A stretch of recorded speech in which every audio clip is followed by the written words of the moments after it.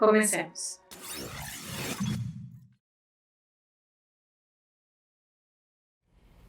¿Recuerdas cuando el mundo era totalmente análogo?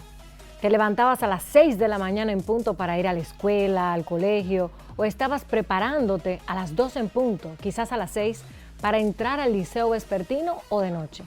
Agarrar la mochila pesada, el estuche de los lápices, hojear los libros, subrayarlos, la tinta en las manos, a veces por accidente también en el bolsillo de tu camisa o la falda, el llevar puesto el uniforme. La emoción de volver a ver a los amigos entre un cierre de año y otro, porque durante los 3 meses que nos concedían antes de vacaciones, ahora es un mes, probablemente no te viste con tus mejores amigos. Al regresar a clases, algunos ya no estaban y se les perdía la pista durante años, décadas tal vez.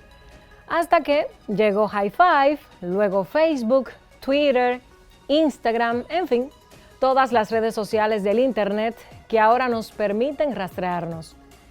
Ese mundo al que llegamos los millennials después de la universidad, los de la generación X un poco más tarde que nosotros, y al que están llegando nuestros padres recientemente, algunos incluso todavía no llegan, o del que participan nuestros abuelos, la generación silente. Ese es el real mundo de las nuevas generaciones. Ellos van a la escuela con nuestros mismos protocolos, pero cambiaron las formas de comunicación.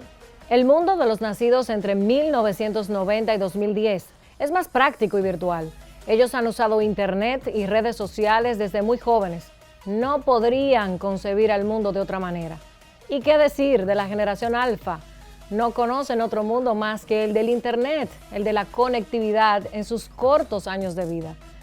Pero los que están ahí, clasificados, según lo que he contado, son la mejilla derecha de la cara del mundo. Solo un segmento, porque los que no tienen acceso a las herramientas del Internet son la generación excluida. ¿Qué sucede con la otra mejilla? ¿Y qué de los niños más vulnerables? ¿Y qué de los que no pueden conectarse? ¿Y qué de los que no cuentan con los elementos fundamentales de la infancia? Todos esos infantes, chicos, adolescentes y jóvenes, la cara del mundo, los de todas las clases sociales, se han quedado en casa durante casi un año, y aunque son menos los que cómodamente acceden a las herramientas del Internet y mantienen contacto 24 horas del día con sus amigos, no la están llevando fácil. Y por supuesto que nunca ha sido fácil para los que viven y ahora también les toca vivir esta pandemia en otro tipo de mundo.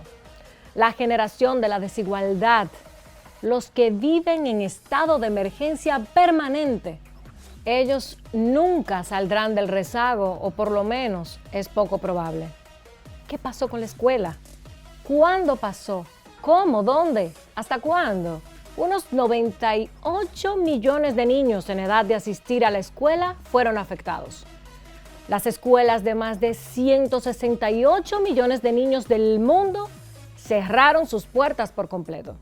Según datos publicados en marzo por UNICEF, el cierre de escuelas durante los últimos 11 meses, incluida la educación preescolar hasta el segundo ciclo de secundaria, afectó, fíjense, en Asia Oriental y el Pacífico a 25 millones de niños, el 15% de la población en edad escolar. En Asia Meridional a 37 millones de niños, el 22% de la población en edad escolar. En Oriente Medio y el norte de África a 9 millones de niños, el 5% de la población en edad escolar. Y en América Latina y el Caribe, las escuelas de 9 países permanecieron cerradas durante casi un año, afectando a 98 millones de niños.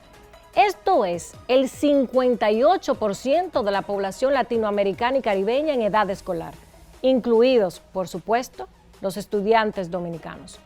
Además, en torno a 214 millones de niños del mundo, 1 de cada 7 han perdido más de 3/4 partes de la educación presencial.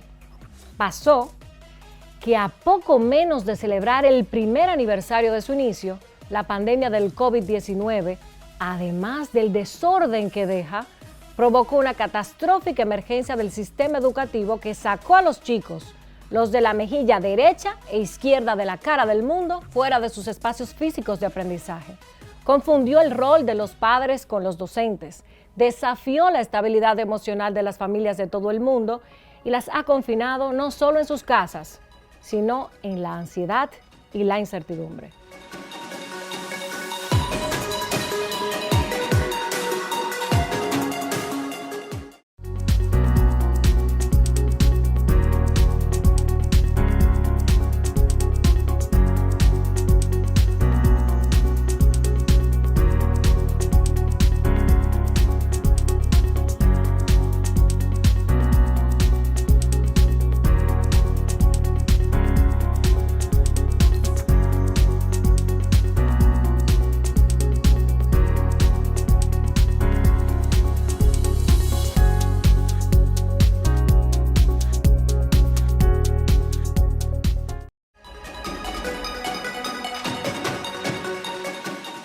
Me encuentro con Yulisa Hernández, viceministra de Educación. Bienvenida, Yulisa.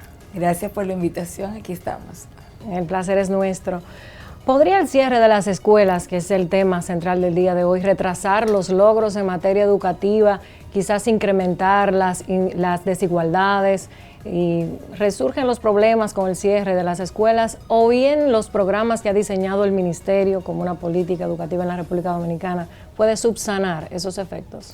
Mire, evidentemente el cierre de las escuelas planteó un gran desafío para el sistema educativo dominicano. Tanto el sector público como el sector privado tuvieron que reinventarse y asumir, a Dios las gracias, otros países habían abierto el sistema escolar antes y bueno, terminamos el año pasado con algunos niveles de dificultad, pero se terminó e iniciamos este año escolar ya con un proceso de aprendizaje en donde algunas de las acciones que el Ministerio pudo diseñar fueron de manera muy puntual, ya partiendo de ese aprendizaje que tuvimos del cierre del año pasado.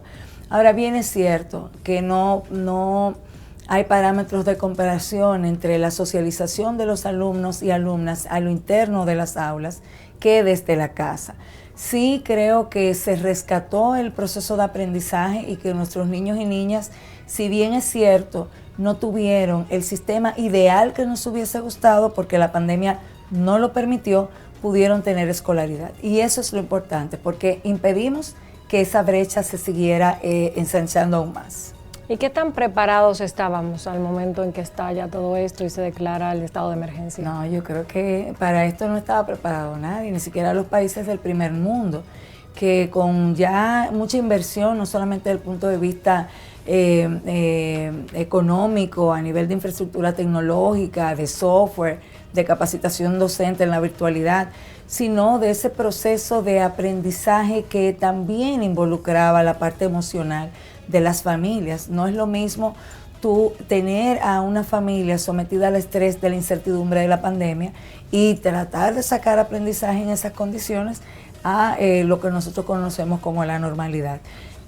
Sí creo que hubo una deposición de actitud de todos los sectores de la vida nacional.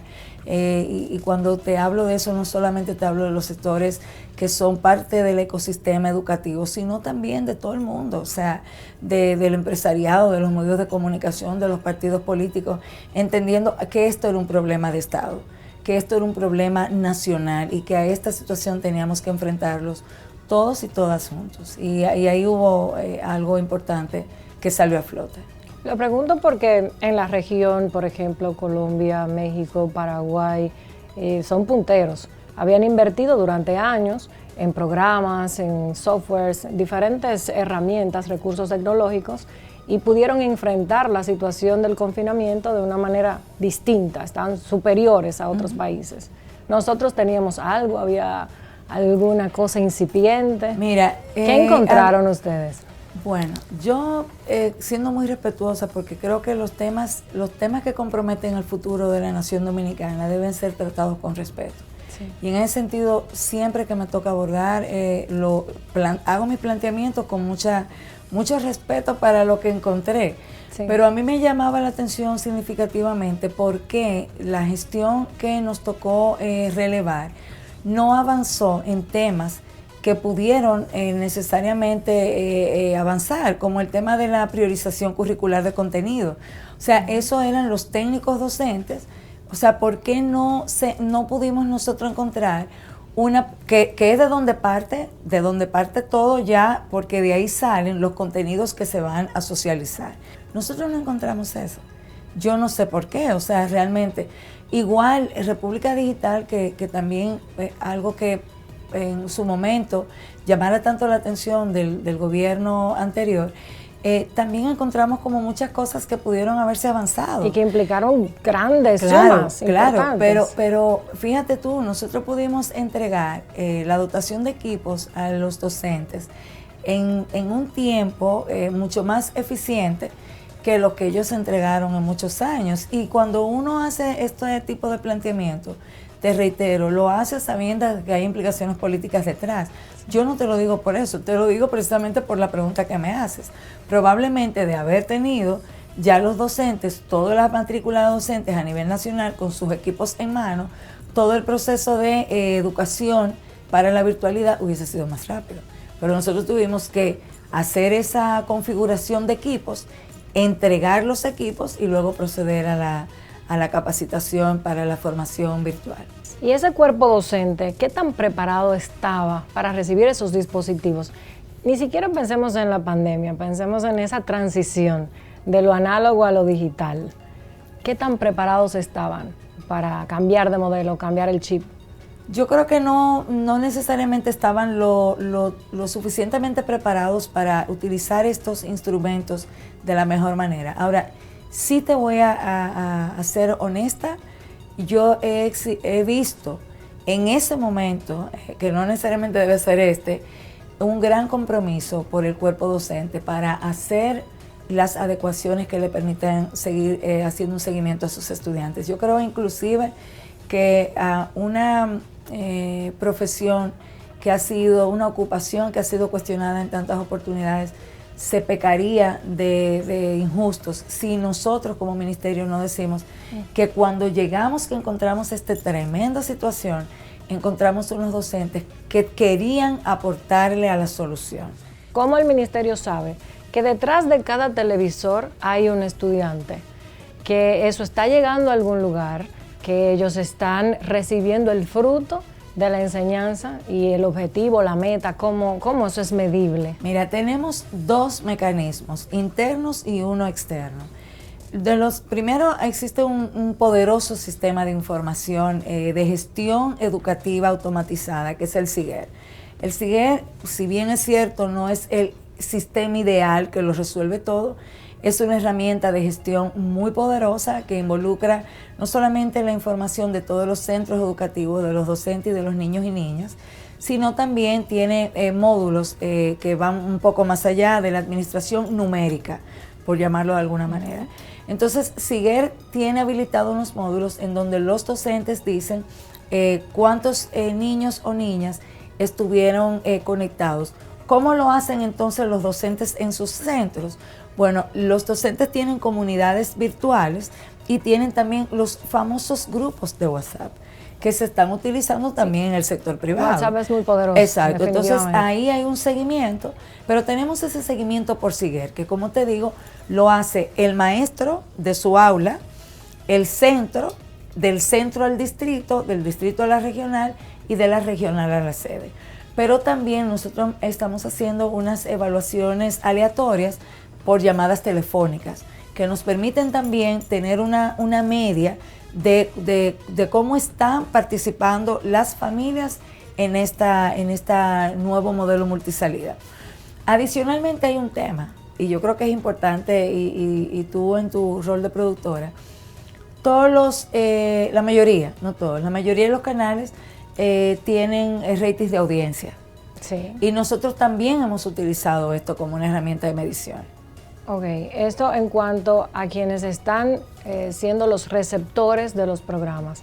En cuanto al desempeño de los estudiantes, la evaluación arroja que son estudiantes mejores ahora o antes. ¿Su desempeño es mejor, es peor?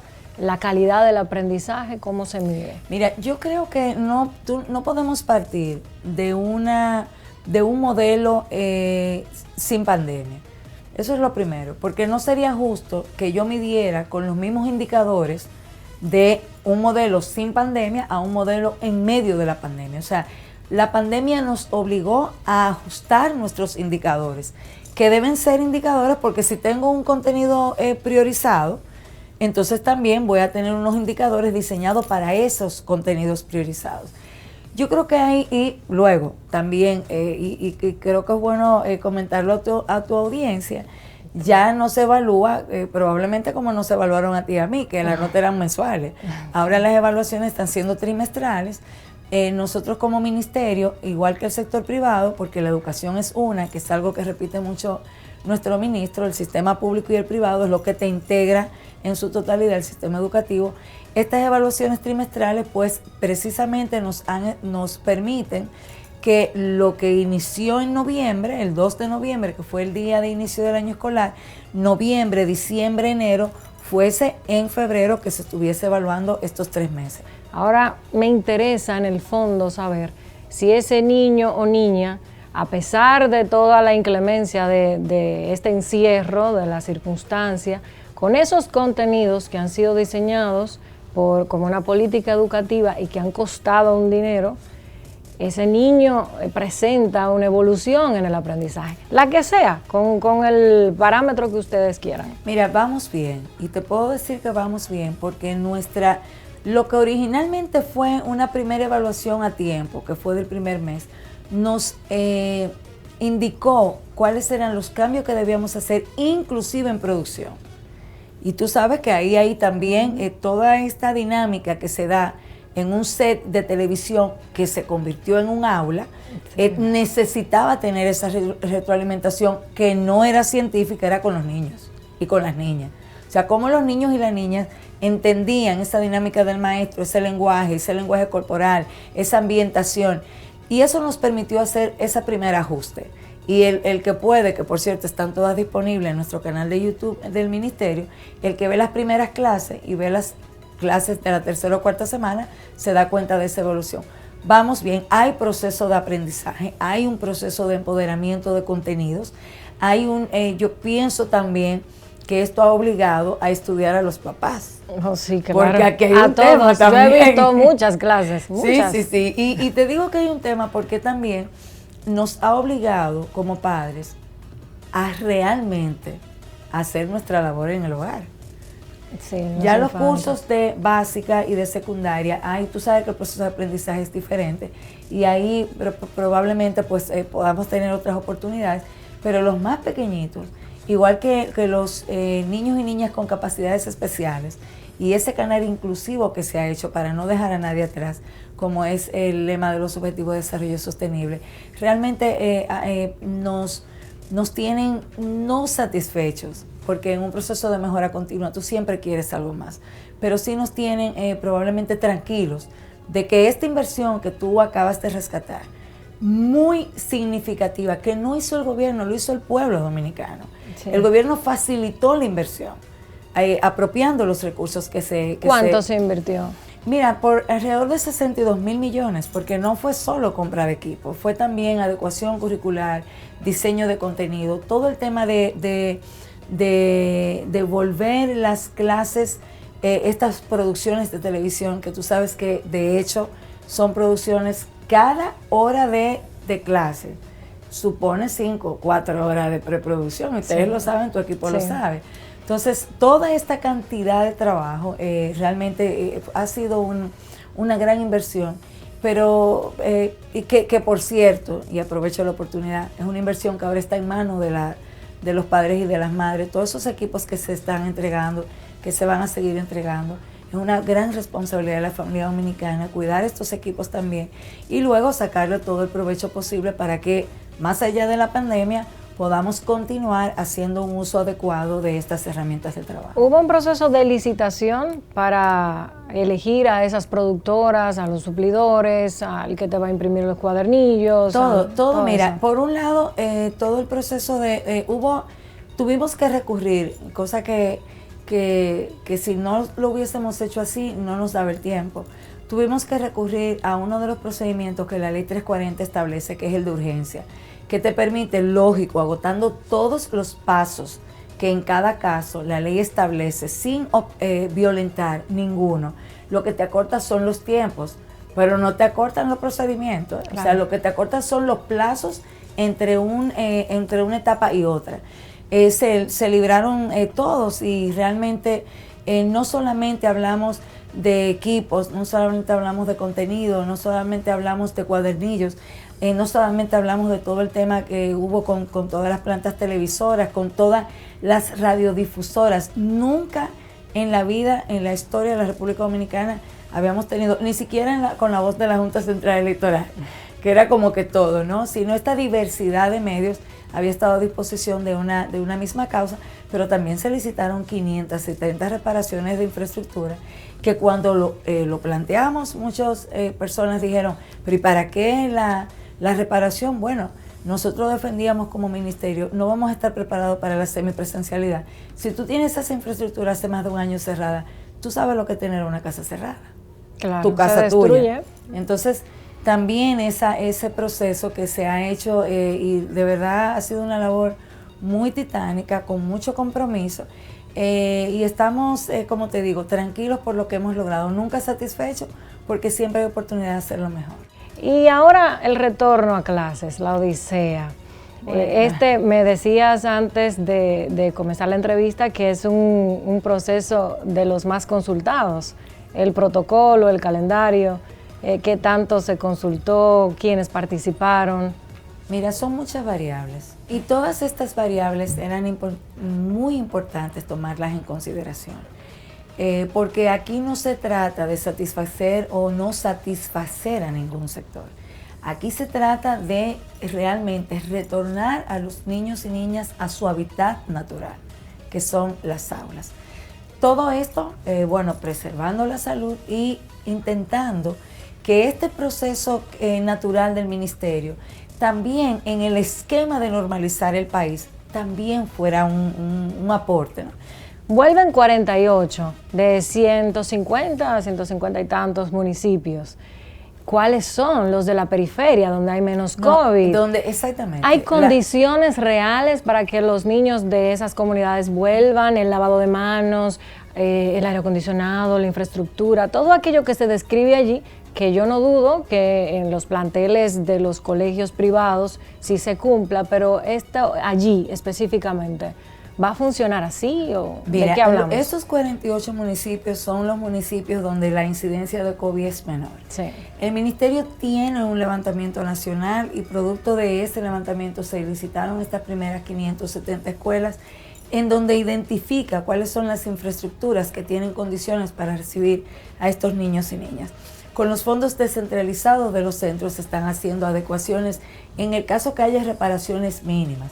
Una de las cosas que ha planteado la Asociación Dominicana de Profesores es el suministro de agua potable en los centros. Muchos de estos centros que han de ser intervenidos, no todos tienen la misma situación. Claro. Quizás tú tienes un centro que lo que tiene es un problema de cambio de tubería o de cambiar las llaves.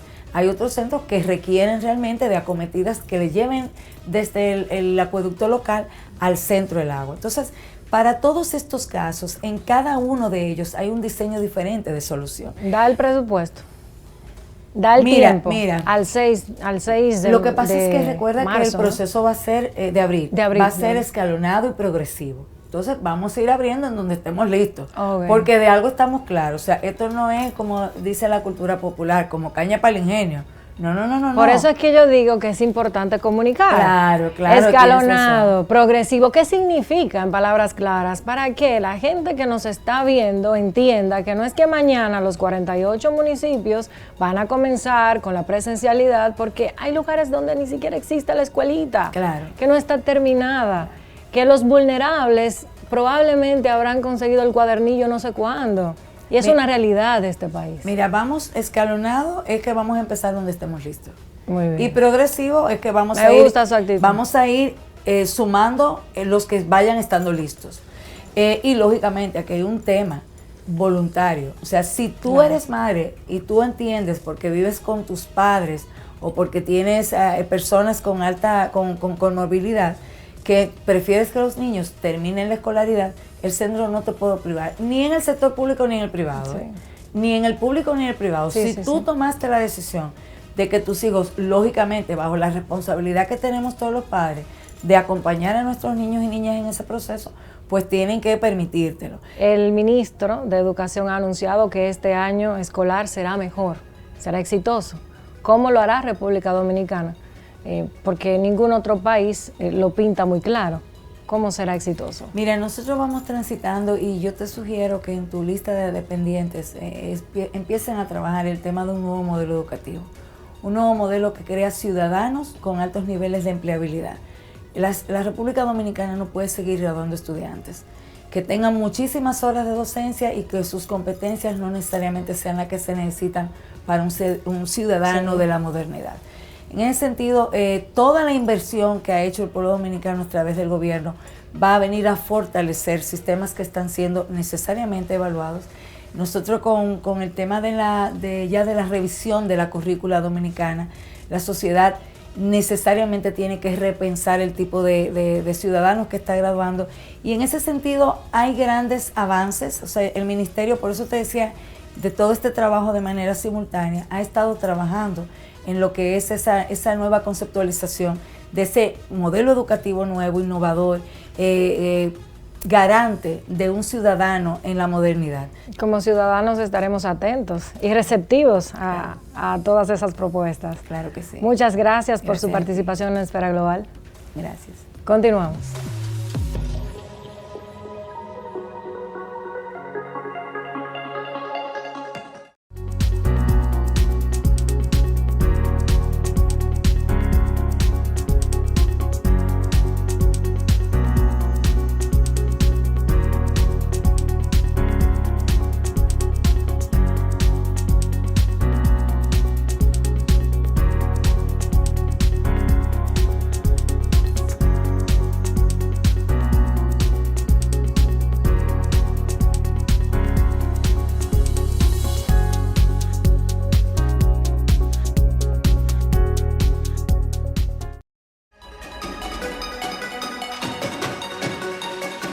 ¿Sabías que antes de la emergencia generada por el COVID-19, unos 258 millones de niños y niñas no tenían acceso a educación?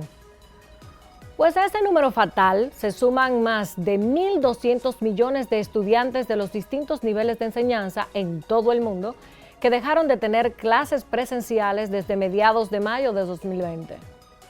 De estos, más de 160 millones son de América Latina y el Caribe, según datos de la Organización de las Naciones Unidas para la Educación, la Ciencia y la Cultura, UNESCO. Y adicione a la receta que el confinamiento podría haber afectado la salud mental de millones de niños. Al igual que el resto de los países de la región, la República Dominicana ha mantenido suspendidas las clases presenciales durante casi un año, que no transcurrió sin que se generaran las controversias entre quienes plantean la necesidad de volver a las aulas y los que se oponen a dicha decisión o a todas.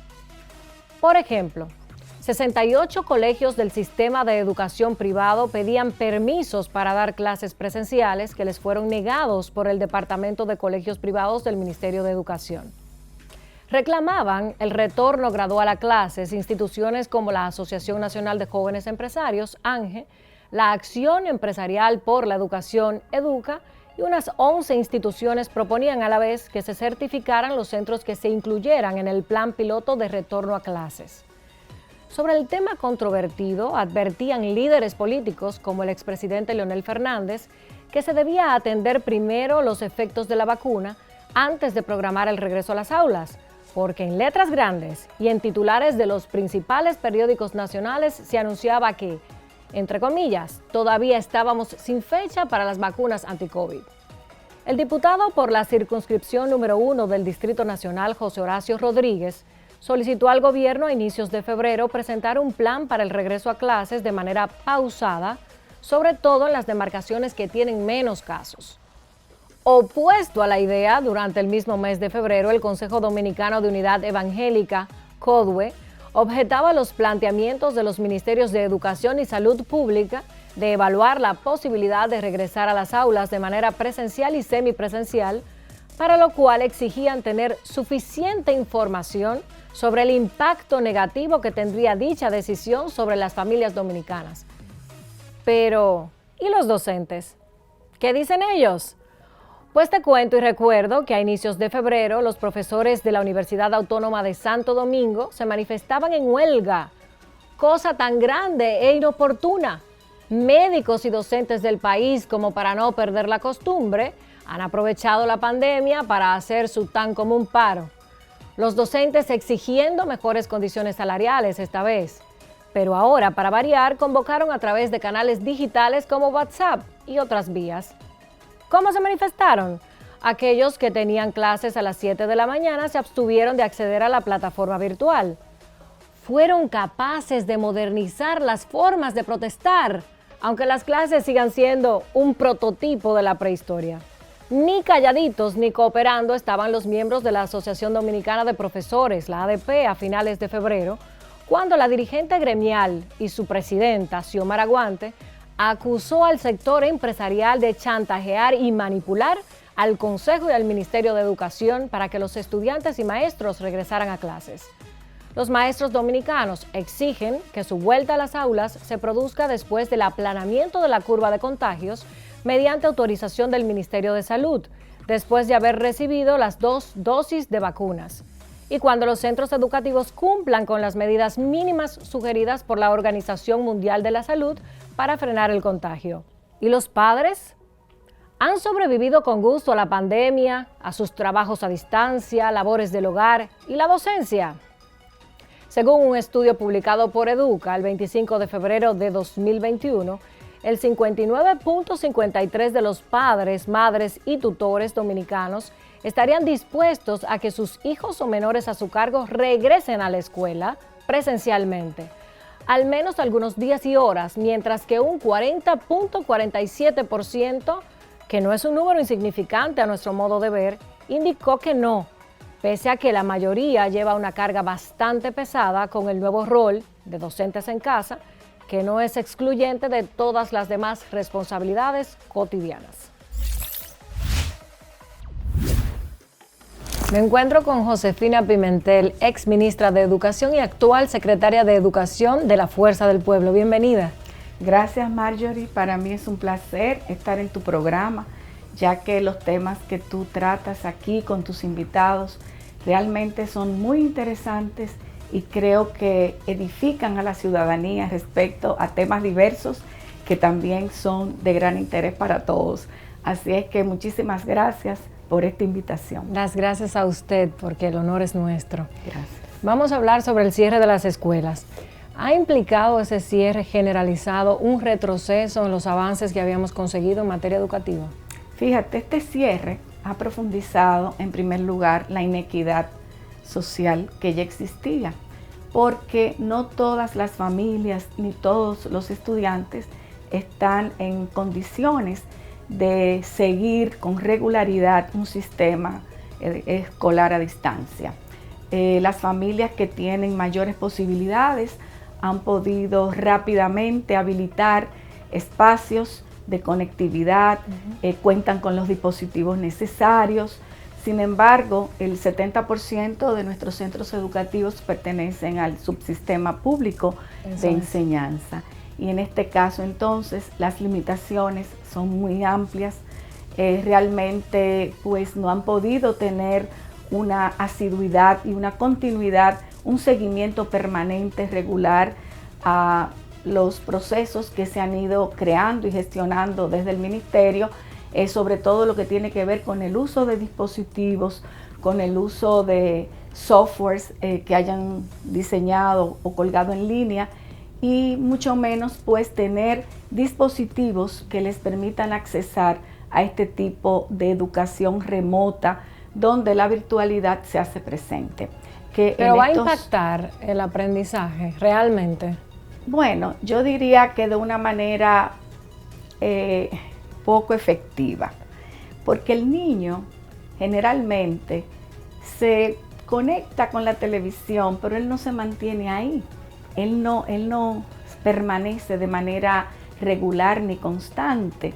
Este niño se distrae, este niño su atención es dispersa, él toma fracciones de esa información y de alguna manera la internaliza, pero él no es capaz de mantener esa asiduidad continua a la información, y además esa información tiene que ser internalizada, afianzada y convertirse en un conocimiento, y no tiene un docente que le acompañe, que pueda realmente mediante prácticas o mediante estrategias pedagógicas afianzar esa información y convertirla en un conocimiento. Por tanto, es una estrategia que tiene un impacto, yo diría, muy limitado. Usted estuvo, y recuerda muy bien porque lo hemos conversado antes, en aquel primer momento en que llegaron las computadoras a las aulas. Varias décadas después, ahora se les entregan los dispositivos a los docentes. ¿Estaban preparados ellos para dar ese salto hacia la virtualidad? Bueno, fíjate, Marjorie, esto requiere un conjunto de acciones y de políticas combinadas. O sea, la entrega del dispositivo es un aspecto, diríamos, dentro del proceso que tiene importancia, pero por sí mismo no representa ningún impacto en el aprendizaje, sino crear todo un complejo, diríamos, de recursos y medios digitales que puedan ser utilizados y aprovechados desde la plataforma digital. Pero no solo eso, esto requiere también la capacitación de los docentes, y es la parte más importante. El maestro tendría que ser capacitado para que él pueda desarrollar habilidades desde el punto de vista del manejo, ¿verdad?, de este recurso. En resumen, no estaban capacitados. Se les dotó de la herramienta, porque pero no en la un capacitación. momento se hizo una adquisición y una distribución, sobre todo para el nivel medio, pero ni se capacitó a los maestros ni se construyó, yo diría, pues todo este esquema de producción de medios didácticos digitales, también la organización de bibliotecas virtuales, de crear enlaces también con fuentes de carácter digital, la digitalización también de libros de textos, y acompañar esto con guías didácticas que orienten tanto a los maestros como a los padres para que puedan apoyar. ¿Cómo debería ser el regreso a clases? Bueno, ya estamos, no sé, ¿a qué altura de marzo? Ya estamos, sí, a inicios de marzo. ¿Qué usted opina del protocolo que se ha socializado? ¿Cómo debería ser ese regreso? Y si el ministerio se muestra proactivo para el próximo año escolar. Fíjate, yo pienso que hay una serie de políticas que combinadas son las que permitirían que esto sea realmente exitoso. Hay un aspecto que tiene que ver con la seguridad, la salud y la seguridad y todo el tema de habilitación de los espacios de infraestructura. Está contemplado en el protocolo. Bien, la vacunación de los maestros, para mí eso es vital. De acuerdo a las declaraciones del ministro, cerca de un 15% hasta ahora de los docentes han sido vacunados, de un total de unos 98,000 docentes activos a nivel nacional, y pues esto requiere entonces, diríamos, direccionar todas las acciones para garantizar el menor riesgo de contagio en los maestros y en todos los demás miembros de la comunidad educativa, personal administrativo y demás. Pero hay otro aspecto que tiene que ver con la reinserción de los estudiantes. Es necesario reinscribir a esos estudiantes, es necesario, ¿verdad?, combinar esa estrategia de vuelta a la docencia semipresencial con una estrategia de comunicación que los motive, que les permita incorporarse de manera masiva, de manera activa, que permita que las familias también apoyen ese proceso, y sobre todo, pues prepararse en lo que tiene que ver con los temas vinculados al aprendizaje. Yo pienso que los maestros deben de entrenarse para identificar los rezagos que han habido, qué cosas se han perdido desde el punto de vista cognitivo, cuáles habilidades en la lectoescritura, en el cálculo matemático y en las otras disciplinas no han sido afianzadas ni trabajadas lo suficiente. Es decir, que los maestros tienen que enfocarse en estrategias que les permitan identificar qué tanto se ha perdido, qué tanto se ha ganado, y a partir de ahí entonces diseñar un proceso de aceleración de los aprendizajes. Doña Josefina, muchas gracias por esta maravillosa intervención. Gracias. Y seguiremos evaluando el sistema educativo post-COVID. ¿Cómo no? Bueno, un placer. Igualmente. Continuamos.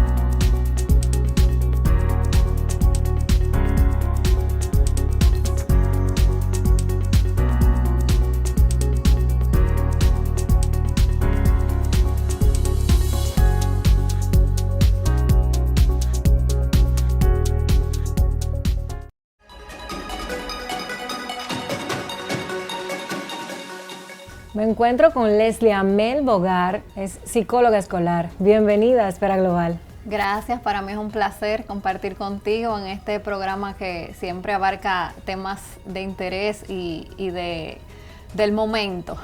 Leslie, decía antes de empezar la entrevista en cámaras que probablemente es una época donde tienes muchísimo trabajo. Y te comentaba de manera informal que los niños, los infantes, los más jovencitos están literalmente fuera de control. Es como si despertaron a un nuevo mundo que los ha modelado. ¿Tú puedes explicarnos, es medible el impacto del confinamiento en los más jóvenes? Claro, en las diferentes etapas del desarrollo se observan cambios importantes. Claro, en cada etapa el cambio es diferente, pero sí cambios importantes. Por ejemplo, en los niños más pequeños se ha observado un retroceso en el desarrollo muy importante. Se observan muchos casos de niños con retraso del lenguaje, porque el lenguaje es algo que se aprende por la socialización. El niño frente a una pantalla no tiene tanta exposición al lenguaje y a expresarse como lo tiene si estuviera en un ambiente presencial.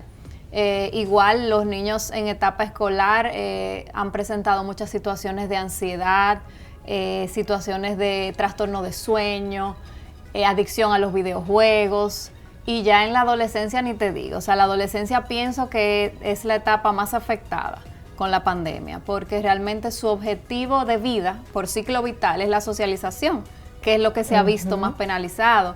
Todos esos jóvenes que no han podido graduarse, que no han podido seguir con sus planes académicos, ni sociales, ni recreativos, realmente han sido muy, muy afectados. Hay ciertos estudios, UNICEF, UNESCO, hablan de la preocupación que tienen por el uso excesivo de Internet. ¿Cómo esto ha golpeado a los niños o a los adolescentes en República Dominicana? Sí, los niños y los adolescentes presentan un alto nivel de adicción a los videojuegos y a las redes sociales, sí, a las plataformas, a las series de televisión. Realmente las pantallas han sustituido todas las formas de socialización. Los cumpleaños se hacen por pantalla, sí, el cine ya se hace en casa con pantalla, la educación, o sea, la pantalla ha abarcado todo y realmente se ha convertido en un elemento adictivo, que es peligroso porque las adicciones tienen un mecanismo similar. Cualquiera dice un videojuego, eso es inofensivo, pero para el cerebro se activa el mismo mecanismo que en cualquier otra adicción. Entonces es muy peligroso. ¿Podría considerarse entonces desde el punto de vista o desde la dimensión del ser humano un año perdido? Fíjate, es un año de reto. Yo no lo considero perdido, pero sí un año de grandes retos, porque en el ser humano yo no entiendo que hay, vamos a decir, perdido. Nada es perdido. Lo que parecería perdido es aprendizaje. Entonces realmente ha traído aprendizajes y vamos a decir, la influencia que ha tenido no la podemos generalizar por ejemplo, en todas las familias, porque el impacto que ha tenido en las familias es distinto. En algunas familias incluso ha servido para bien. Ha unido a los padres, han estado más presentes, padres que ni veían a los hijos han trabajado desde casa y se han unido. O sea que realmente a veces de las crisis se sacan aspectos positivos, pero realmente hay factores que hacen que en unas familias la situación sea mucho más vulnerable que en otras familias. ¿Tienes alguna valoración acerca del programa de educación a distancia que todos yo creo que hemos recibido en nuestros hogares o en las transmisiones por radio, cuando vamos en un embotellamiento por ahí, en un tapón? ¿De qué te parece? Fíjate, yo pienso, las he visto y pienso que a modo general están muy bien hechas, y cumplen, vamos a decir, con los objetivos. Ahora, como te digo, la educación es muy particular, no todos los niños aprenden igual. Sí. Entonces, que si eso va a ser eficaz o no, va a depender mucho del acompañamiento de los padres. O sea, el niño que tiene la transmisión en vivo, las clases virtuales, las clases a distancia, la pantalla, si tiene la presencia del adulto ahí, probablemente lo aproveche mejor, o la supervisión o la cercanía, que el niño que está solo. Y yo le comentaba a alguien que hay 3 factores fundamentales para que esa educación a distancia funcione, y es con relación a la presencia de papá y mamá o algún adulto en la familia que guíe el proceso. Es la actitud, la aptitud y el tiempo, que son cosas diferentes. Sí. La actitud es esa disposición, es esa paciencia que no todos tienen, por eso no todos son educadores. Entonces, hay padres que no tienen la paciencia, no tienen la disposición. La mayoría. Otra es la aptitud. Hay padres que de mil amores quisieran ayudarlo, pero no saben. No tienen las herramientas tecnológicas, hay padres que no terminaron la escuela, tal vez papá y mamá que no saben leer y escribir y no saben cómo ayudar a sus hijos. Entonces, si el papá tiene la disposición, pero no tiene las herramientas, el niño está muy solo en el proceso. Y también se da el factor tiempo. Hay padres que tienen la aptitud, tienen la actitud, pero trabajan el día entero. Entiendo. Entonces el niño está suelto en el proceso. Entonces yo pienso que la eficacia del proceso va a depender primero de esa presencia y de ese seguimiento de los padres, y segundo de las situaciones inherentes propias del niño. El niño que tenga problemas de aprendizaje, problemas de conducta, dificultades emocionales, déficit de atención, no va a aprovechar el programa como un niño que no tenga ninguna dificultad. Entonces va a haber niños que van a tener un mayor reto realmente. Finalmente, es muy interesante todo lo que nos estás contando, y creo que ese es un consejo que van a valorar mucho en las casas. ¿Crees que esta etapa podría marcar un nuevo perfil psicosocial de toda esta generación? Yo pienso que necesitamos mucho esfuerzo de recuperación. O sea, que para recuperar, para volver a ese equilibrio, a esa socialización, necesitamos, así como en lo académico, porque la gente solo se enfoca, no, el retraso que van a tener los niños en el aprendizaje académico, pero vamos a necesitar también compensar todas esas situaciones emocionales, dar mucho seguimiento, mucha cercanía a los orientadores en los colegios, mucha presencia, mucho acompañamiento a las familias, porque no... O sea, el efecto a largo plazo que va a tener o no va a depender de cómo seamos, vamos a decir, proactivos en la recuperación, en recuperar ese tiempo libre de pantalla que muchas familias realmente hemos tenido que ceder. Sí. Pero realmente como ahora, cuando las cosas vuelvan a la normalidad, vamos a ir otra vez reformando y volviendo también a organizar otras situaciones y desintoxicando. Exacto, es un proceso de desintoxicación. Leslie Amel, muchísimas gracias. Eres muy interesante y creo que te vamos a tener de nuevo para seguir evaluando el proceso del retorno a clases. ¿Qué te parece? Claro que sí, esto es una buena noticia, es muy buena noticia el regreso, pero tiene implicaciones, porque es como yo le digo a algunas personas, es como unas vacaciones de un año. Sí. O sea, cuando el niño pasa un mes fuera, ya volver al colegio es duro, imagínate un año fuera. O sea, que va a ser un proceso lento, que tenemos que ser pacientes con los niños, que va a haber situaciones de crisis. Pensamos, ellos están locos por volver, pero cuando ya realmente sea una realidad, va a haber ciertas situaciones que se van a presentar. El tema del desapego de nuevo. Claro, niños que han estado pegados de mamá y papá todo el día. O sea, todo eso es importante tenerlo en cuenta. Muchísimas gracias. Gracias. Ya es un compromiso. Volverás a Esfera Global cuando retornemos a clases y seguimos evaluando el proceso. Claro que sí, para mí es un placer. Muchas gracias. Continuamos. Para la República Dominicana, las clases semipresenciales comienzan el 6 de abril, según anunciara el ministro de Educación, Roberto Fulcar, el pasado 6 de marzo de 2021. Será un retorno gradual, voluntario, progresivo, escalonado, bajo consentimiento, de acuerdo al compromiso contraído con el Consejo Nacional de Educación. De 158 municipios que componen el territorio dominicano, solo 48 cumplen con las condiciones sanitarias para el retorno a las clases, quedando excluido el Gran Santo Domingo, o por lo menos en veremos. Los indicadores para lograrlo son un índice de positividad igual o menor al 5% y una incidencia no superior a 50 por cada 100.000 habitantes y otras condiciones, todas relacionadas con la capacidad de respuesta a emergencias de salud de las comunidades. El éxito de este protocolo amerita una coordinación estricta entre los centros educativos y el Ministerio de Salud, el compromiso con los padres y el de los propios alumnos. Un fuerte desafío. Como desafiante es repasar sus 55 páginas sin dejarnos confundir, en menudas ocasiones, acerca de si realmente se incluyen los planteles o centros educativos del sistema público dominicano, cuando se leen aspectos como los aires acondicionados, las condiciones de las infraestructuras para garantizar el aseo y lavado de manos, las áreas de aislamiento o la manipulación de alimentos. Es cierto que muchas escuelas han sido construidas desde cero y otras remozadas, pero ¿y es que estamos en el primer mundo? ¿Qué pasa con las escuelitas, las olvidadas, las destruidas, las de medio construir, las improvisadas? Yo solo pregunto. Seguro que habrá una respuesta, pero ahí no lo dice. El protocolo no lo dice. Por lo demás, ese protocolo y calendario se leen muy bien y en perfecto español. Repito, se leen.